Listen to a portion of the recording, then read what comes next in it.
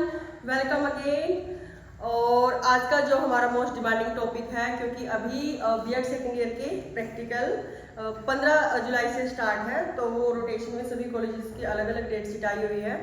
तो उसी के रिगार्डिंग आज का हमारा वीडियो है। और वीडियो रिगार्डिंग है कि आप जो आपका टीचिंग का जो लेसन प्लान आप लेकर जाओगे, तो उसमें कौन कौन सी चीज़ें हैं जो ध्यान में रखनी चाहिए।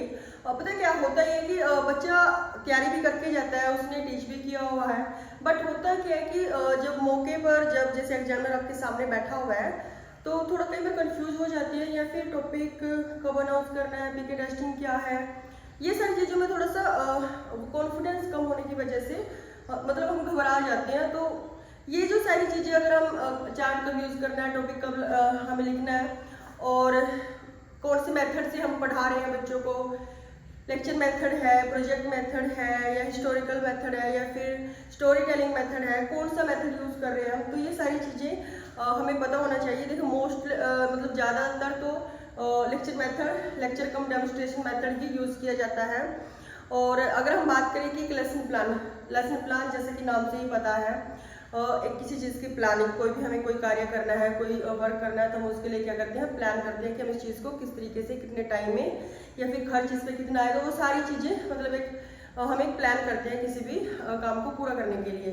ठीक इसी तरीके से हमारा जो यहाँ पर अभी हम बात करेंगे टीचिंग का जो लेसन प्लान है, जिसका एग्जामिनर आपको ऑब्जर्व करता है, जिसका आप डेमो देते हैं, उसकी जो लेसन प्लानिंग है वो उसका क्या महत्व है। लेसन प्लानिंग में मेन पॉइंट तो यही है कि आप इस तरीके उसके जो ऑब्जेक्ट, उसके एम्स हैं जो सामान्य है या फिर विशिष्ट उद्देश्य है, तो उन सारी चीज़ों का ये पता हो कि आपका जो टॉपिक है उसके अकॉर्डिंग आप नॉर्मली क्या बताना चाहते हो, ऑल ओवर जो बच्चों की कॉन्सेप्ट आप क्या बिल्ड करना चाहते हो, मेन जो आपका टॉपिक है वो क्या है।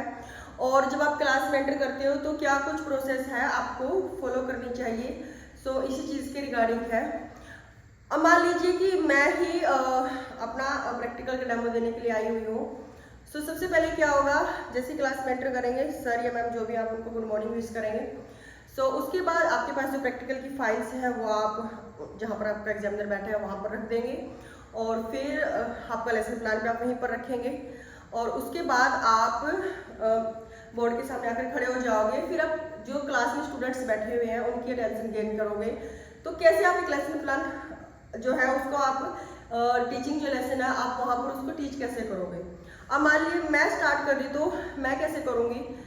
अब जैसे बच्चों को मैंने बोल दिया good morning students, good morning students, तो सारे बच्चे आपको ग्रीट करेंगे, good morning ma'am, good morning sir, जो भी है।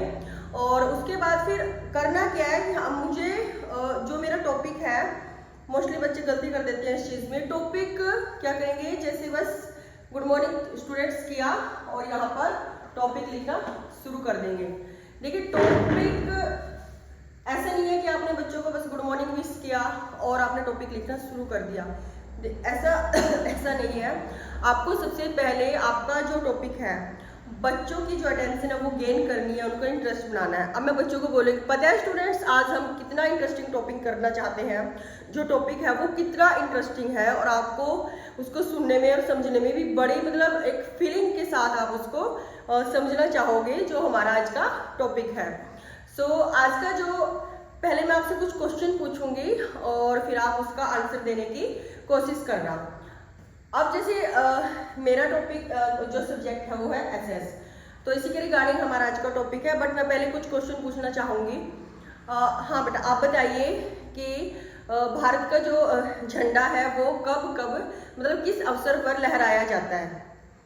हाँ जी, ठीक है, हाँ जी, स्वतंत्रता दिवस पर और गणतंत्र दिवस पर। तो फिर आपको क्या ये पता है कि स्वतंत्रता दिवस पर कौन लहराता है और गणतंत्र दिवस पर कौन लहराता है। तो इसमें से कुछ बच्चे आपका आंसर दे देंगे, कुछ नहीं दे पाएंगे। तो नेक्स्ट क्वेश्चन है, आप लोग बताइए कि स्वतंत्रता दिवस कब मनाया जाता है। जी बिल्कुल, हाँ जी बिल्कुल, ठीक है। सो अगर मैं बात करूं, आप बताइए कि भारत में अंग्रेजों का शासन करने से पहले शासन किसका था। तो आप देखेंगे कि यहाँ पर कुछ बच्चे हैं कि उसका आंसर नहीं दे पाएंगे। तो इसी तरीके से आप अटेंशन गेन करेंगे बच्चे की। फिर आप लास्ट में क्वेश्चन पूछेंगे कि क्या आपको पता है कि मुगलों के पतन का कारण क्या था। तो बच्चे इसका भी आंसर देने में मतलब रिप्लाई ना कर पाए शायद। तो उसके बाद आप क्या करेंगे, आप बोलेंगे कि देखिए आज का जो हमारा टॉपिक है वो है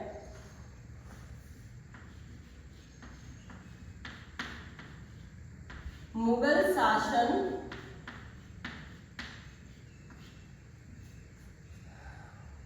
पतन।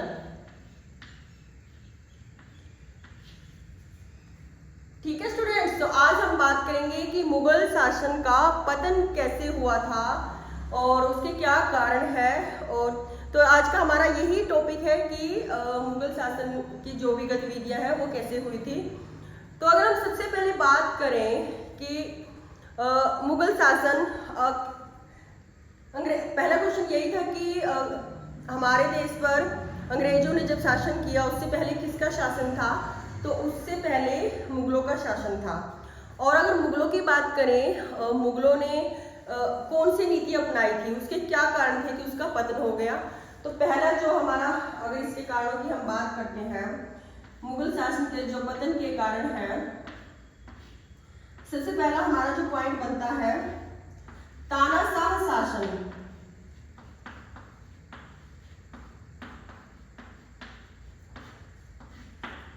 ठीक है बच्चों, तानाशाह शासन क्या होता है कि कोई एक व्यक्ति या फिर व्यक्तियों का समूह किसी देश पर या किसी राज्य पर अपनी मनमर्जी से शासन करता है, खुद की नीतियां बनाता है और वो किसी के प्रति क्या होता है, जवाबदेह नहीं होता है। कठोर से कठोर जो तानाशाह होता है वो नीतियां बनाता है।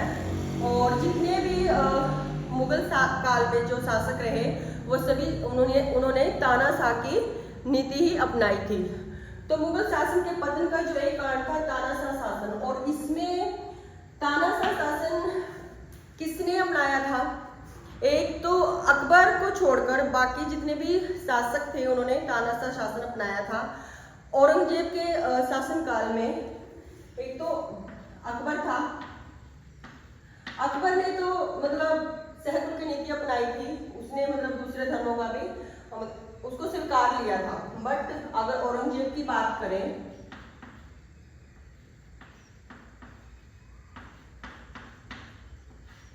औरंगजेब एक तानाशाह शासक था और इसी तानाशाही जो शासक की जो उसकी नीति थी वो इसके पतन का एक पहला कारण बनी का मतलब ये कि क्यों बनी उसकी, उसने जो भी नीतियां बनाई हैं मतलब आम जनता को अपने शासन के द्वारा कठोर से कठोर नीति बनाई और उनका शोषण किया, तो इसलिए वो तानाशाह शासक था। अगर हम दूसरी बात करें कि मुगल शासन का जो पतन है वो किस कारण से हुआ, तो एक कारण हमारा बनता है धार्मिक कट्टरता।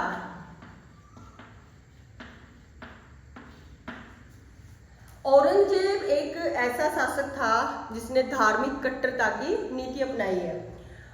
कैसे अपनाई उसने नीति, वो अपने धर्म को सबसे ऊपर रखता था। अब जैसे भारत में वो शासन कर रहा था, तो भारत में औरंगजेब ने शासन कब से कब तक किया, उसने 1658 to 1707 तक भारत में उसने शासन किया था। और उसके इस चीज का विरोध जो भारत में हिंदू और सिया मुसलमान थे उन्होंने उसका विरोध करना आरंभ कर दिया। जाहिर सी बात है कि भारत में इतने विभिन्नताओं का देश है, तो धार्मिक जो कट्टरता है उसका लोग विरोध करेंगे ही। ठीक है, आपको समझ आया। पहला कारण मैंने क्या बताया, पहला कारण जो मैंने बताया है वो है तानाशाह शासन। ठीक है, औरंगजेब इसका लास्ट जो शासन था 1658 to 707 तक इसने शासन किया, तानाशाही नीति अपनाई, धार्मिक कट्टरता को इसने बढ़ावा दिया। ठीक है, एक इसका ये कारण था। तो जो हिंदू और दूसरा सिया, हिंदू और सिया जो मुसलमान थे इनका विरोध था, इसको हिंदू और सिया मुसलमानों का क्या था, उसको विरोध का उसको सामना करना पड़ा। तो ये 2 पॉइंट हो गए हैं। और अगर हम बात करें मुगल साम्राज्य में औरंगजेब के अधीन कौन कौन से वो आते हैं, राज्य आते हैं भारत में, सकते हैं ब्लैक बोर्ड के। और अभी मेरे पास डबल साइड टेप नहीं है, बट मैं ऐसे आपको बता रही हूँ। जैसे कि मान लो कि मेरा चार्ट है और आप मुगल साम्राज्य भारत में कहाँ कहाँ पर था। तो बच्चों बताइए, ये क्या लिखा है? काबुल, कश्मीर, लाहौर, हाँ जी, दिल्ली, बिहार, गुजरात। तो आप देख सकते हैं कि औरंगजेब के अधीन ये इतने सारे राज्य थे जिस पर कि वो शासन करता था। और उसकी नीति कैसी थी? तानाशाही। और वो धार्मिक कट्टरता को बढ़ावा देने वाला शासक था। जहां धार्मिक कट्टरता होगी, लोग उसका विरोध क्या करेंगे? विरोध जरूर करेंगे। अगर हम बात करें, एक कारण और है इसका, ये हमारे दो कारण हो गए हैं। अगर अगले कारण की हम बात करते हैं, एक बनता है उसका आर्थिक जो नीति है उसकी, या फिर प्रसार कह लो, ठीक है। औरंगजेब क्या कर रहा था? उसका एक ही मकसद था कि भारत में, तो वो भारत में जितना छोड़ तो उसने कुछ रखा ही नहीं था। कुछ ही भारत के जो स्टेट्स थे जहाँ पर उसका अधिकार नहीं था, तो उसने वो कर रहा था कि मेरे जो राज्य का प्रसार ज्यादा से ज्यादा हो, अपनी सीमाओं को वो क्या कर रहा था? बढ़ा रहा था। तो अगर सीमाओं को बढ़ाएगा तो वो युद्ध करेगा, और अगर वो युद्ध करेगा तो क्या होगा? अब जैसे उसके सैनिक हैं, अब सैनिकों को उसने रखा हुआ है, तो उनका जो खर्च है वो कहाँ से आएगा? युद्धों के लिए जो आपको खर्च करना है वो कहाँ से आएगा? वो कहाँ से आएगा? जो खजाना है। ठीक है बच्चों, समझ आया? अब आप क्या, औरंगजेब क्या कर रहा है? उसको अपने जो राज्य है उसका प्रसार करना है, अपना क्षेत्र बढ़ाना है। साथ ही वो क्या चाहता है कि वो कैसे होगा? वो युद्ध करेगा। तो युद्ध करेगा तो उसके साथ क्या होगा कि सैनिक जो खर्च है या फिर जो खजाना है वो उसको क्या करना पड़ेगा? खाली करना पड़ेगा। उसमें युद्ध प्रसार की इतनी ज्यादा भावना थी, जो अपना आर्थिक क्षेत्र उसको बढ़ाने की, कि उसने सारे खजाने खाली कर दिए। तो उसको क्या हुआ? घाटा हुआ, वो लॉस में चला गया। एक तो ये कारण था। और आप एक कारण इसमें नोट कर सकते हैं, विदेशी आक्रमण। विदेशी आक्रमण, देखिए भारत में जो तानाशाही शासक थे उन्होंने पहले ही क्या कर दिया था? भारत को बहुत कमजोर कर दिया था, खोखला कर दिया था। अब राजनीतिक दृष्टि से भी क्या हुआ कि भारत पर जो विदेशी आक्रमण होने स्टार्ट हो गए, तो इसमें नादिर शाह और अहमद शाह अब्दाली,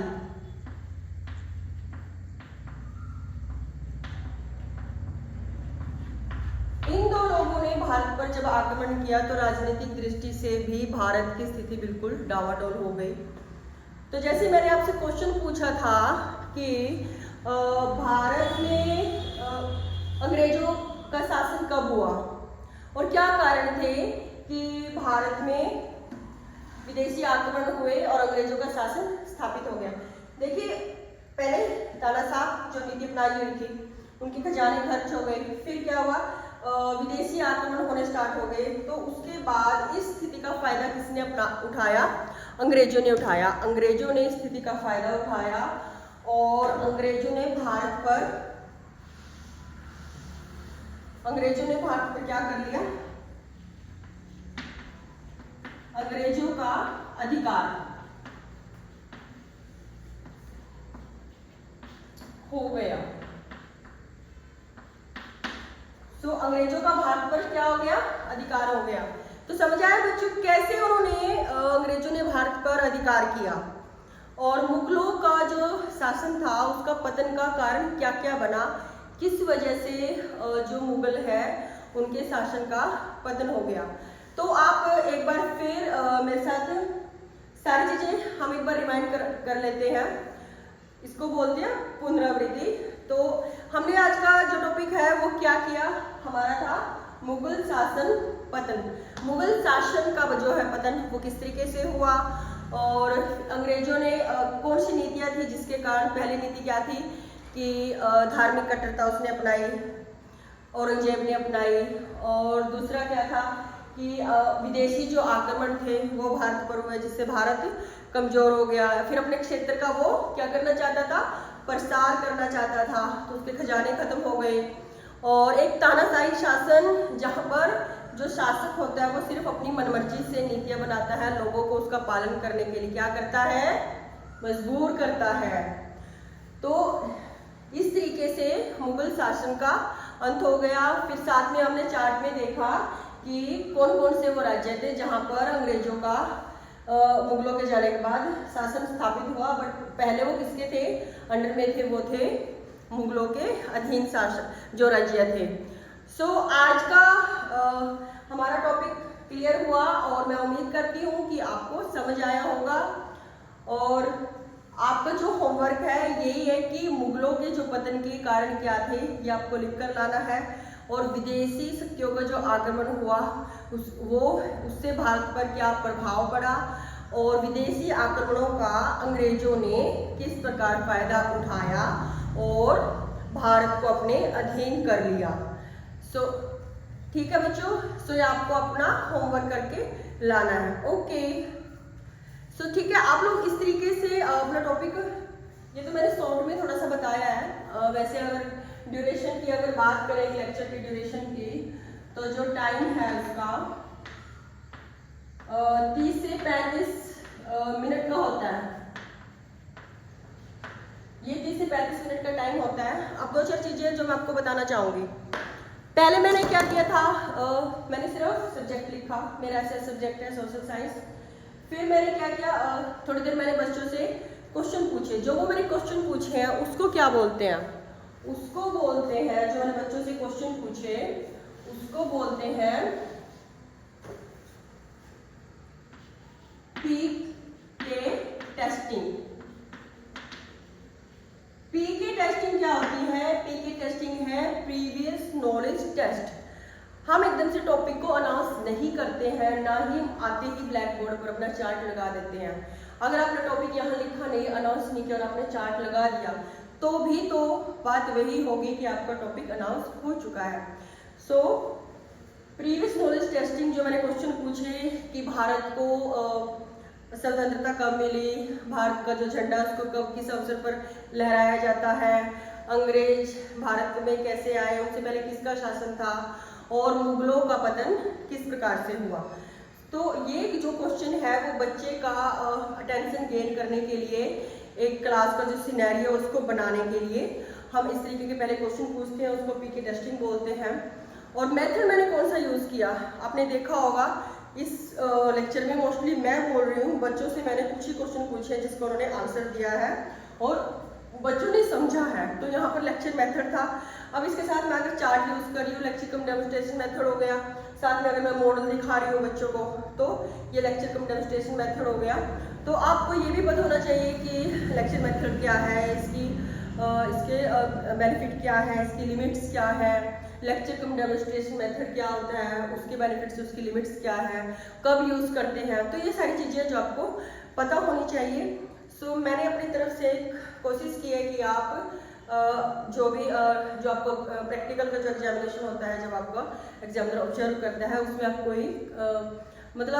कोई कमी ना रहे, और दूसरा एक कॉन्फिडेंट होना चाहिए। एक कॉन्फिडेंस के साथ आप अपना जो प्रेजेंटेशन है वो जरूर देकर आए। और यहाँ पर सबसे पता क्या है, यहाँ पर अगर हम एक प्लस पॉइंट की अगर हम बात करते हैं, टीचर आपका कॉन्फिडेंस देखकर और आपका टीचिंग मेथड देखकर, ठीक है, आपका जो है टीचिंग का मेथड देखकर, आपसे बीच में ये भी पूछ सकते हैं कि टीचिंग का मेथड आपने कौन सा यूज किया, ठीक है। तो मोस्टली तो आप यूज करते हो लेक्चर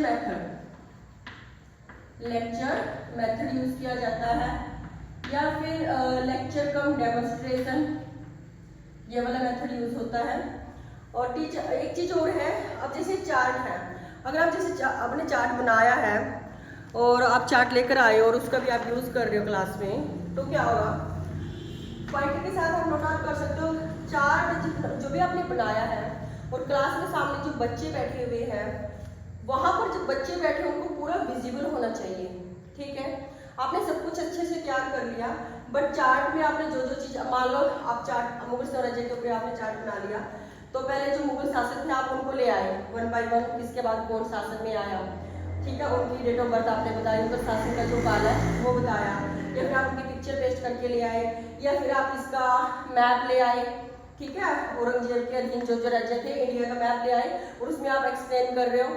तो अगर आपने कुछ भी लिख रखा है, चार्ट बना रखा है, तो जो आपने अक्सर लिखे हैं वो बच्चों को विजिबल होने चाहिए। अगर वो बहुत छोटे लिखे हुए हैं तो आपका एग्जामिनर बीच में जरूर टोक देगा और आपके मार्क्स जरूर डिडक्ट करेगा और आपको बोलेगा कि आपने चार्ट तो बना लिया बट आप जो आपने लिखा है वो बच्चों को दिख ही नहीं रहा, तो फिर इसकी क्या वैल्यू है, इसके क्या मायने हैं अगर आपका चार्ट पे लिखा हुआ बच्चों को दिखाई नहीं दे रहा है। तो ये ऐसी चीजें आप पॉइंटर का यूज बिल्कुल कर सकते हैं। और मेथड मैंने बता दिया, ठीक है, मोस्टली तो आप लेक्चर मेथड से ही टीच करते हो, बाकी प्रोजेक्ट मेथड है, लेबोरेटरी मेथड है, बहुत सारे मेथड है कि आप किस मेथड से टीच करते हो। और दूसरी बात ये है कि आपको अपना यहाँ पर नाम नहीं लिखना है, आपको सिर्फ अपना यूनिवर्सिटी रोल नंबर, क्लास, कौन सी क्लास का आप जो टॉपिक है वो पढ़ा, सब्जेक्ट है उसका टॉपिक पढ़ा रहे हो, और फिर उसके साथ टॉपिक आपने शुरू में नहीं लिखना, ये मैंने आपको बता दिया था। सो मैं उम्मीद करती हूँ कि आपको ये सारी बातें यूजफुल लगी होंगी। आई होप कि आपके लिए ये काम आए, और अगर आपको जरा भी मेरा समझाना या बताना ठीक लगा हो आपके अकॉर्डिंग तो आप मेरे चैनल को सब्सक्राइब करें, लाइक करें एंड शेयर करें। And best of luck your practical examination. अगर फिर भी कोई दिक्कत है तो आप मुझे टेलीग्राम चैनल पे कांटेक्ट कर सकते हैं, कुरुक्षेत्र अपडेट के नाम से मेरा टेलीग्राम चैनल है, वहाँ पर आप मुझसे अपनी क्वेरी पूछ सकते हैं। Have a good day.